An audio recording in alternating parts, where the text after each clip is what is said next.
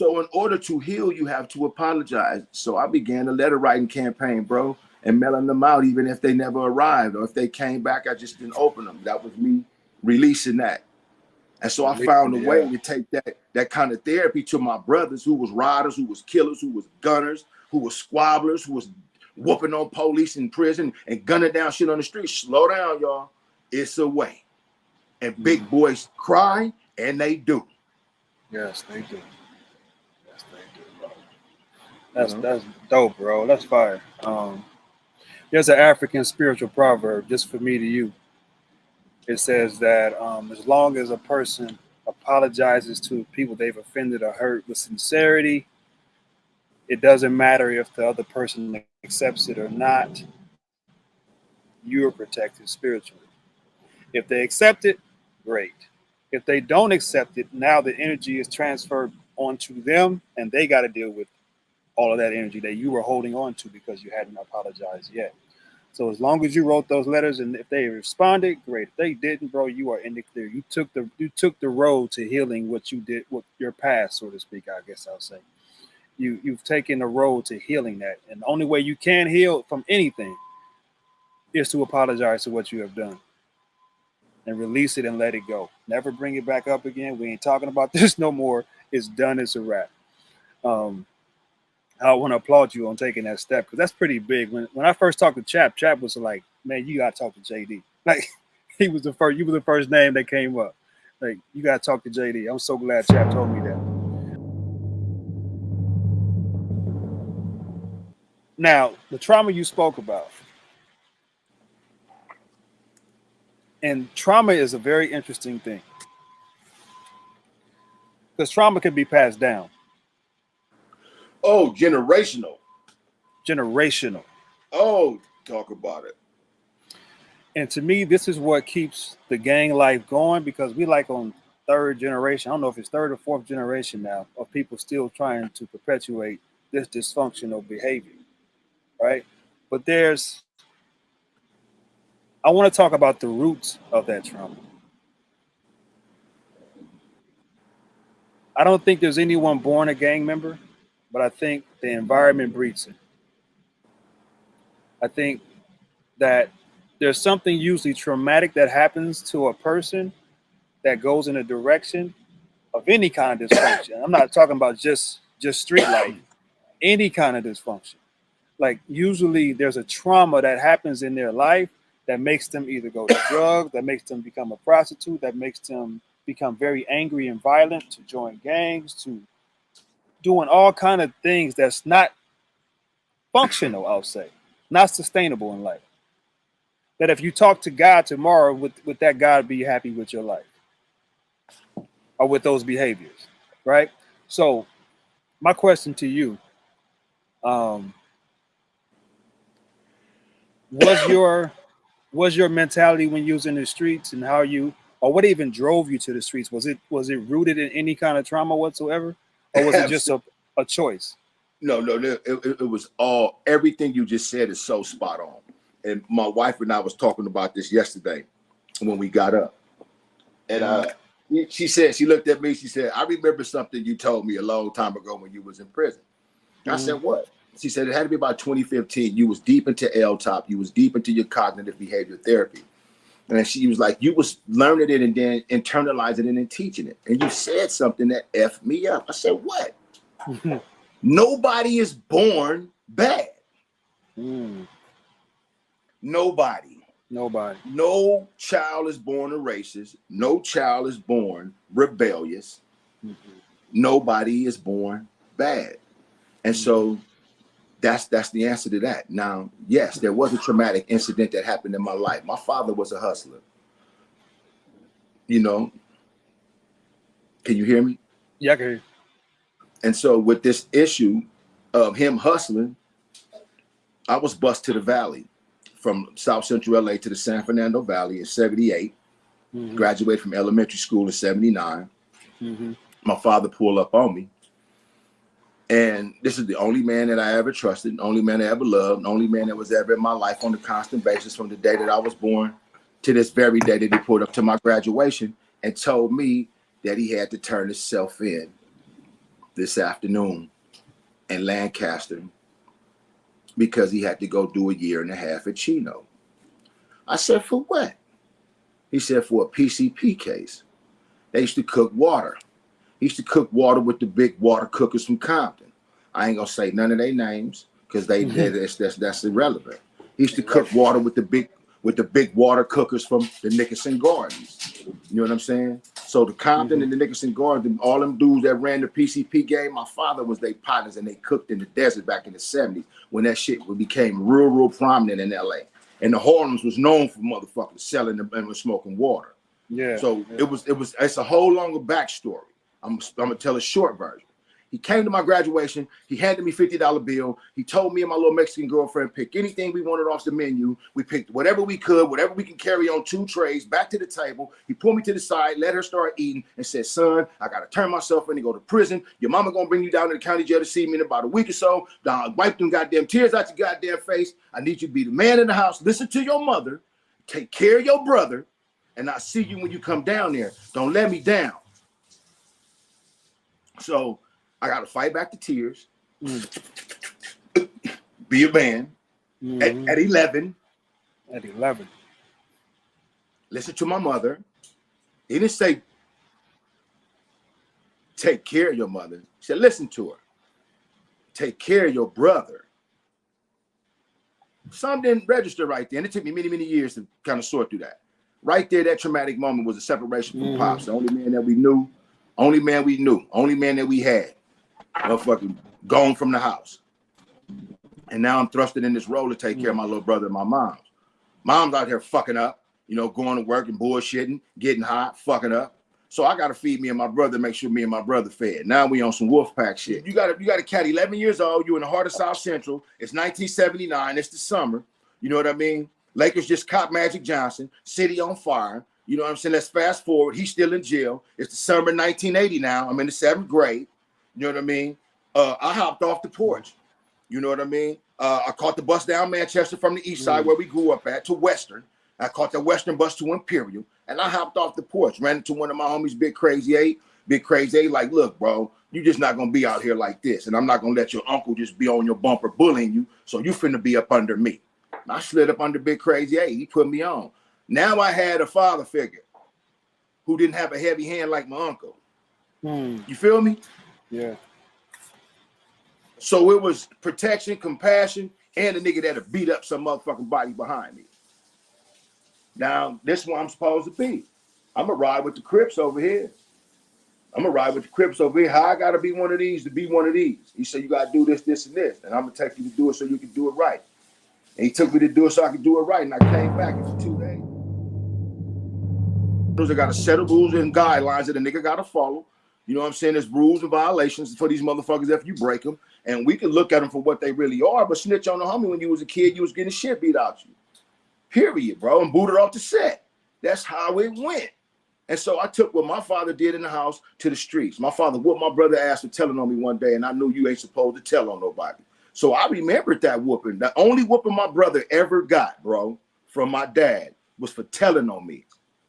And I knew right then and there, telling ain't cool. So imagine you put in a position where a murder take place 25 years down the line, and you have this belief system in place that you have reinforced and stood on.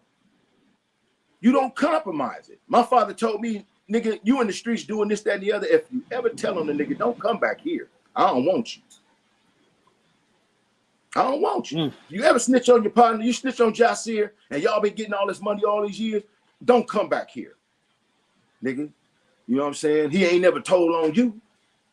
So that's how it was. So when you put in that position, now I got to fight this murder, fight for my freedom, a different quality of life for my children, different quality of life for my family. I got to follow the script. There you go. That's the title. That's where the trauma come in from the hood, bro.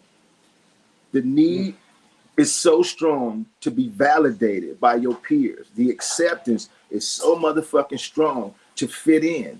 You know what I'm saying? That the moment that Lil Wolf look like Lil Lucky and Lil Lucky is like Lil Mondo and Lil Mondo get down like Lil Bam and Lil Bam is tough like Lil Lowdown, them the 5-6 niggas you don't fuck with. And so this is the mentality that we developed, that if we get these these small nucleuses to sit inside of places, boom, we can explode them and make a neighborhood of terrorists. And that's what the fuck we did. That's what we did to Los Angeles. And so the lawmakers came in, changed the law, created the injunctions, separate them first so we can't catch them deep because they'll get off on you if they deep. They crazy. Catch them and separate them.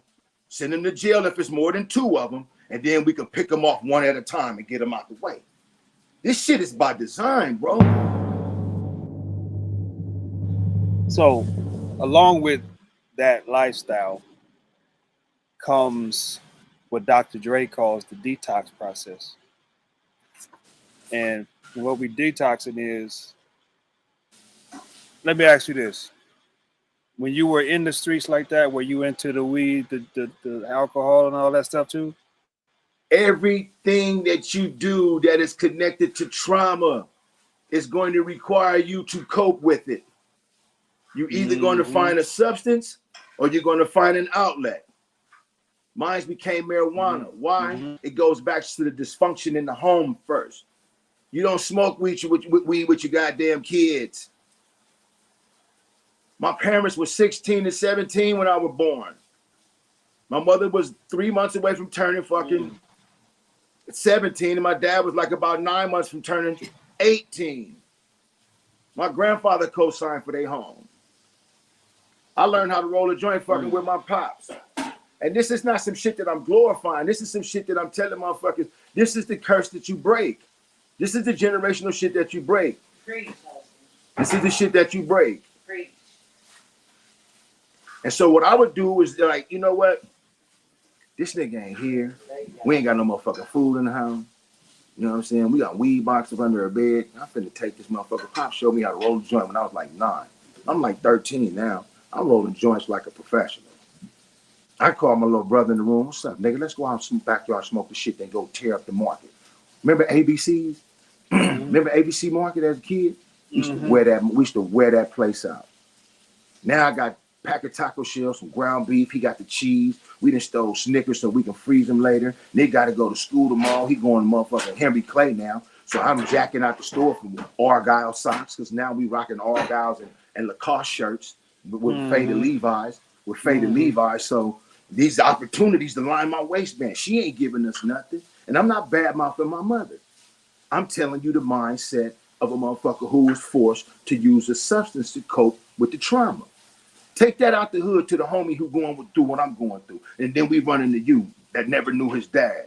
And then we run into this cat over here who mama a hoe, and every nigga that come through there is Uncle James, or Uncle Robert, or Uncle Durrell. You know what I'm saying? Nigga, you ain't my motherfucking uncle.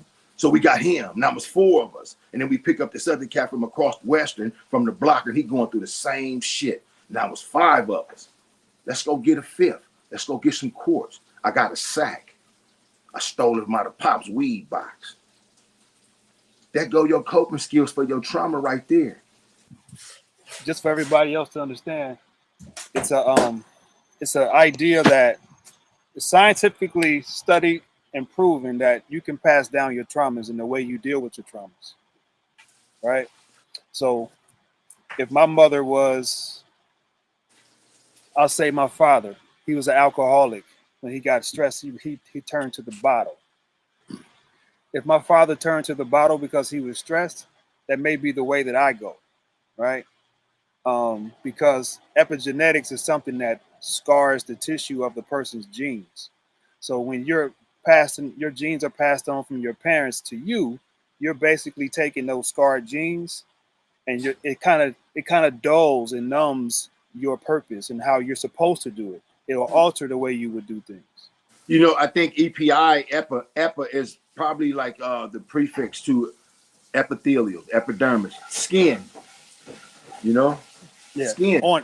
It's on. Epi basically means it's on. It's amongst. It's around. It's attached to something that's already original. Okay. Yeah, that's okay. That makes sense. But think about it.